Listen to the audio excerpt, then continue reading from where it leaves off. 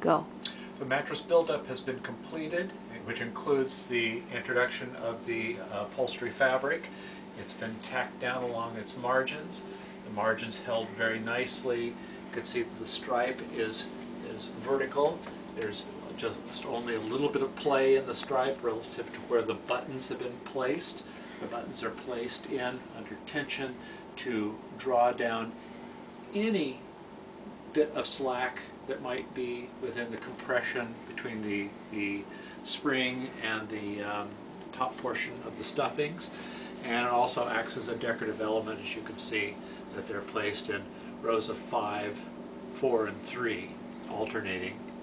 Also, the buttons help to establish flex points or hinge points, so that as the piece moves, and again, this is one piece of cloth as opposed to what we had placed inside with the ticking, where we had segmented and placed in baffles to attach. This is one piece of cloth, so what we're doing is using the buttons to establish flex points. I'm going to fold So this the over. buttons act like the baffles did. Buttons act like baffles do, with the exception of not being able to actually attach in between these points, but you'll see the staggering points, which takes some of the slack. I'm going to fold the back over, and I'm going to fold the back up, and you'll see how it flexes much like a modern futon. There is some stuffing within that's rolling over the top of the seat. There's no way to mitigate this play because it is really set into the way the piece was originally structured. But as it folds up under tension, this is what we have. Once the seat is brought over, the tension between the arm stiles and the inside back will be established, and it will hold it into position.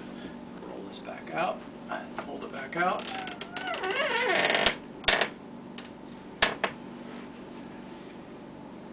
All this work and still squeaky hinges. And still squeaky. Actually, it's not the hinge, it's the wood. And even though the piece was completely disassembled and re-glued, there is a certain sound that it makes. It's what we all do when we're 150 years old. And it's ready for its GIMP trim. There will be a decorative trim that runs along the tacking margin that covers up the upholstery tacks. And on top of that decorative trim, there will be a decorative nail in the onyx, polished onyx, much like what you're seeing in the buttons, and they will nail down in positions approximately 1.5 inches apart. So they'll take the place of these smaller tacks that are just holding it in temporarily, a lot of them. No, actually the tacks that you see along the tacking edge will remain as permanent, and the decorative nails will act as additional securing points, as well as act as decorative elements. Oh, cool.